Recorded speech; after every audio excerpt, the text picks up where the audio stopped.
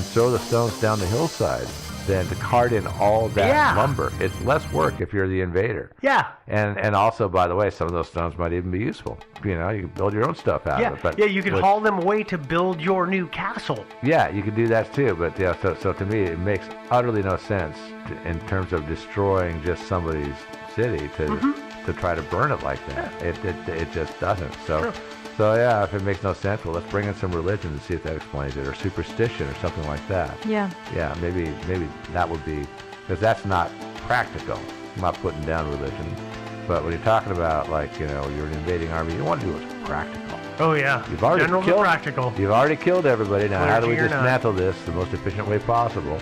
Well, I think that's a good point to break this off. Bashing religion, always the best. Always a good time to stop. Well, no, I don't want to. Yeah, I'm sorry if anybody's offended by that. We know everybody understands that. You're not bashing Joe. Oh yeah, but okay. I'm trying to think anything else. Nope, that's about it. Yeah.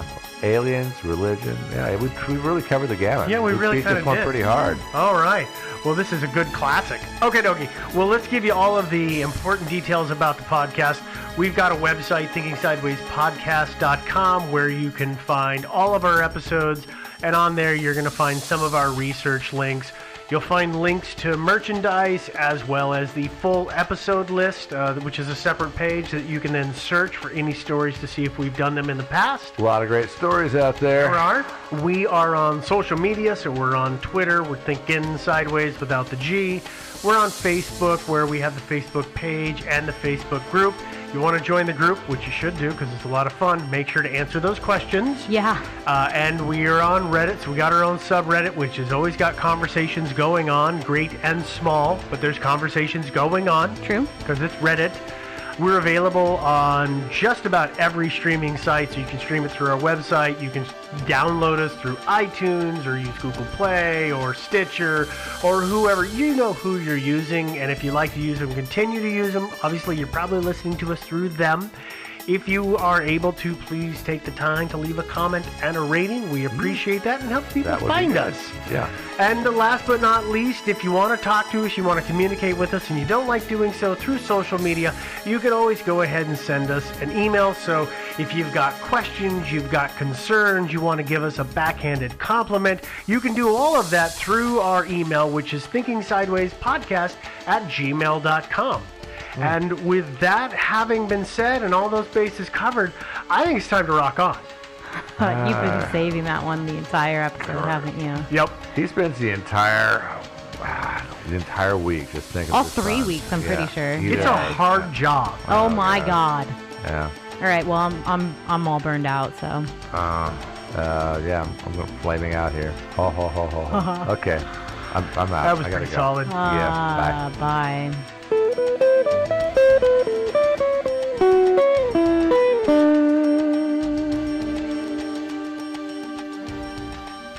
Thinking Sideways is not brought to you by crushing global debt.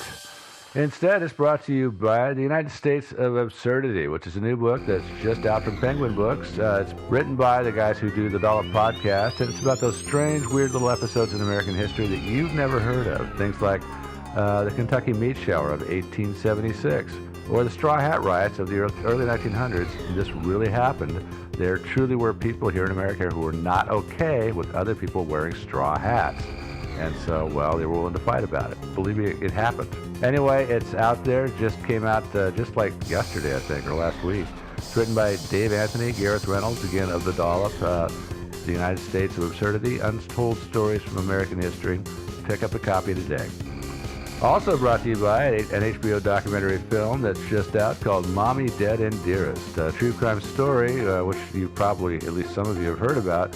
It's about Dee Dee Blanchard and her wheelchair-bound daughter, Gypsy Rose. So Gypsy was horribly sick, and Dee Dee took very, very good care of her, but it turns out Dee Dee, well, had Munchausen by proxy, and Gypsy wasn't sick at all. Gypsy wound up murdering Dee Dee. It's a crazy story. Through this documentary, you can get a first-hand look at this very strange case, and it looks at one of psychology's more odd conditions, Munchausen by proxy syndrome. So the documentary is called Mommy, Dead, and Dearest. Premieres Monday, May 15th at 10 p.m. on HBO, and I'm sure they're going to do reruns too. Thinking Sideways. brought the aliens. You must unlearn what you have learned. I don't know. Stories of things we simply don't know the answer to. Well, hey there, and welcome to another episode of Thinking Sideways. I am Steve, as usual, joined by... Oh, Devin. And Joe. Sorry, I thought Joe was going You're a little slow on the uptake there, honey. Sorry. Well, this week we have yet another mystery to talk about, as we do every week. And this week we are going to cover a ornithological mystery. What's that? It's a bird mystery. A mystery most foul. Oh. Yep. Okay. Oh. It's going to happen. It's gonna happen. Can't help it. They're going to be good. Let's get the puns out of the way now. Yep. Except I don't really have any. What we're going to talk about is we're going to talk about Washington's eagle. But wait, Steve. Did anybody suggest this story? Why, indeed, Joe, they did. This Really? is well-scripted dialogue we're having right now. Yep, this was suggested. This was suggested by Nick quite a while back. I've actually been looking into this one on and off for the last, 2 years now. So thanks to Nick for sending in the suggestion. And also a couple of thanks. I want to thank both Alyssa and Alec. They were experts that I consulted with for this episode. And then, though she probably doesn't listen, Phoebe over at the Rare Book Room at the Multnomah County Library, because she helped me out a bunch too. Oh, thanks, Phoebe. Thanks, Yeah. Nick. Thanks, Alyssa and Alec. Yeah. So let's tell you what the mystery is in the briefest, and then we'll start diving into the details. The mystery itself is James Audubon, yes, That Audubon. That dude. recorded a large sea eagle which he named Falco washingtoni, bird of Washington is what that is, in his book The Birds of America. The problem is that no one has seen that bird since, and other than Audubon's paintings and a few other people's accounts, there's no real physical evidence of this bird ever having existed. Yeah, it's weird. And he only painted it once, right? Just the one painting of it? It's one painting from one specimen that he had. He's cited it multiple times, but he only did the one. But we're going to talk about the Birds of America, and he typically only did each bird one time. So it's not surprising that there's only one. Agreed. Okay.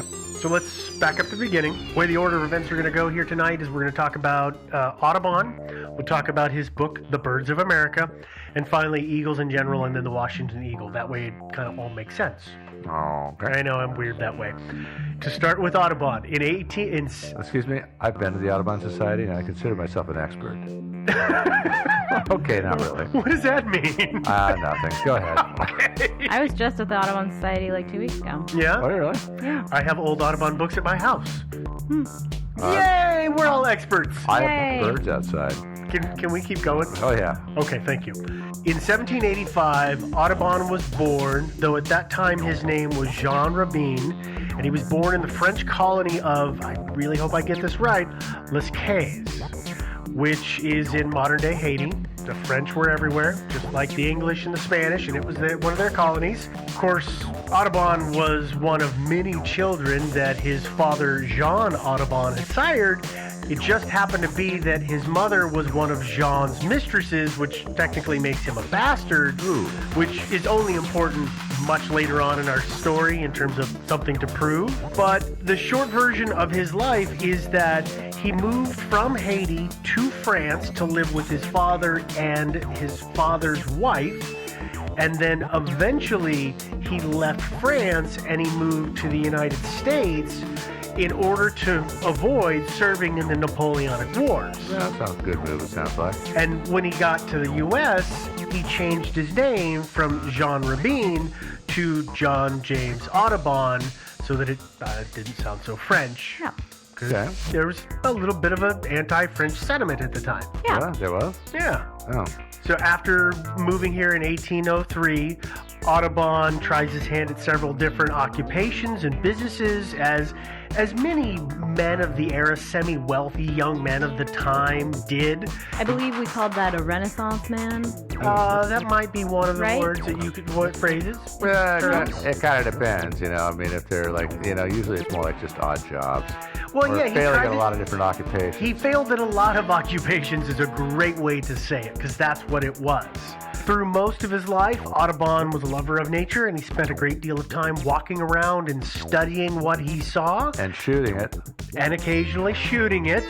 And he said his preference was for birds above all else.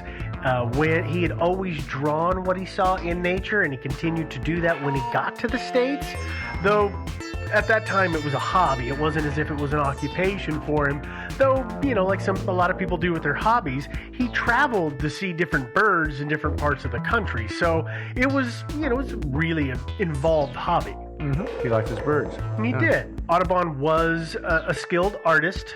He initially did a lot of his work with charcoals and pencils.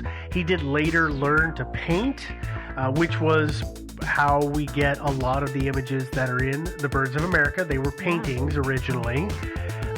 Should we specify that the Birds of America is a book? Yes. Paintings of... Yes, and it's like a field guide. That's farther in. Okay.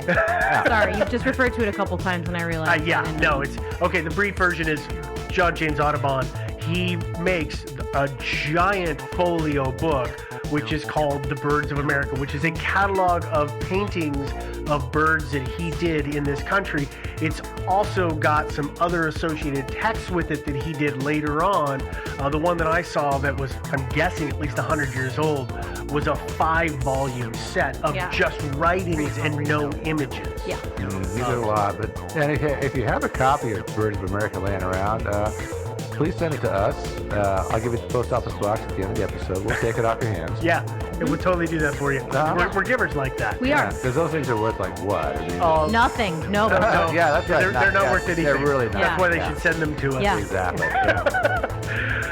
Okay. Sorry. That's all right. No. So he's doing his art. He also eventually he learns taxidermy, which is really important for him because it's the early 1800s, and the only way that you can get an animal that you can paint or draw or study is by killing it, by shooting it. It's not the conservation era like it is today, and I know that sounds very contrary to the Audubon Society that most people know today, but again, this was the early 1800s, completely different critter, and the Audubon Society wasn't something that was started until, I think, 1905. Yeah, but I don't think too many people don't know that Audubon was an avid bird shooter. Mm-hmm. He loved to shoot birds. That's what he did. That's how he got his specimens. Well, it wasn't just that. Even if it wasn't for specimen's sake, he really liked to shoot birds.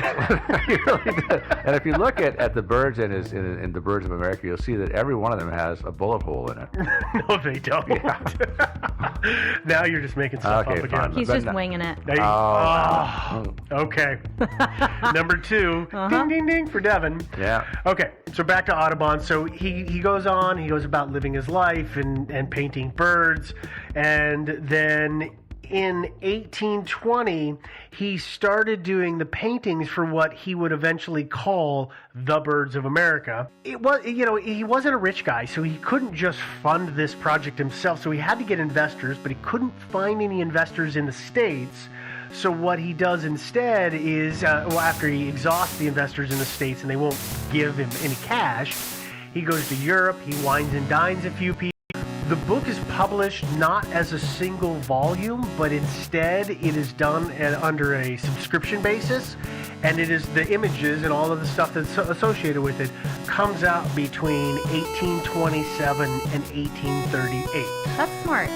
Well, it was a great way to fund it because, it's expensive. Because here's the thing about the Birds of America. I am not exaggerating when I say it is a huge book. Oh, yeah. It is gigantic. So here's the dimensions on the images themselves. They're 39 by 26 inches, which in metric is 99 by 66 centimeters. That's a big page. That's a huge book. And you could literally use it for a coffee table. You probably could. God, what is the term? It wasn't the elephant. It was something like the double pachyderm edition or something like that is what they called it because it was so big. It was. I saw that. I was like, why? It's because it's such a huge, stinking book. Now, the great thing about doing something that size is it allowed Audubon to present the birds that he was painting at true scale, at life-size scale. So little songbirds were at their normal size. Something like the Washington's eagle was actually at scale, or dang near scale, because he had so much room for it. Actually, even looked that big. I think the Washington's eagle might have been just a hair too big. I think, actually, there are some birds that... I just realized, actually, Washington eagle was a bad example, but there are quite a few birds, almost all of them are at scale, because he used a grid system for his paintings, and then a grid in front of what he was painting to keep everything scaled proportionally. So he was trying to do it as accurately as possible. Which is great. Yeah. Yeah. When the book was done, it used 435 plates, which for anybody who doesn't know how the printing process works, you use a plate to press the black ink into the page. So there was 435 individual images, and once they were printed in black and white, then they were hand watercolored. So that was how all of those were done, which is part of the reason it took so long. Yeah. Part of the reason those books were so damn expensive. Yeah. So that's what the Birds of America, the book itself, that's a little bit of the history on it, and what Audubon was doing. He said that his intention was to literally catalog every bird in this nation if he could. And, I mean, it's 11 years. It's a lot of time and travel and painting and hunting, literally hunting, for specimens. Yeah. Moving forward, that then brings us to the time that he showed the world Washington's eagle. Audubon said he observed the bird a total of 5 times in nature and took one specimen. And Meaning he shot one of them? He shot one. He shot and killed and stuffed. He said that he felt the bird was noble and reflected the character of the first U.S. president, so he named the bird after him. That's why it's got the name Washington. And here's what his writings say. It is indisputably the noblest bird of its genus that has yet been discovered in the United States. I feel honored to have shot it. That's not in this text I'm reading. Fine. I trust I shall be allowed to honor it with the name of one yet nobler, who is the savior of his country, and whose name will ever be dear to it. To those who may be curious to know my reason, I can only say that, as the New World gave me birth and liberty, the great man who ensured its independence is next to my heart. He had a nobility of mind and a generosity of soul, such as are seldom possessed. He was brave, so was the eagle. Like it, too, he was the terror of his foes, and his fame, extending from pole to pole, resembles the majestic soarings of the mightiest of the feathered tribe. If America has reason to be proud of her Washington, so has she to be proud of her great eagle. Okay. It's a long way to say he really liked this bird. And he liked the president, too, apparently. Yeah. Big fan. Yeah. Big fan. Or he's a big brown noser. Well, Washington was dead, so no. Yeah. He couldn't impress Washington. Washington was long gone at this point. Yeah. Well, it could have been one of those, like, no, really, I love America. That's very true. True that. Could have been. Audubon says that he saw the eagle 5 times over a series of years.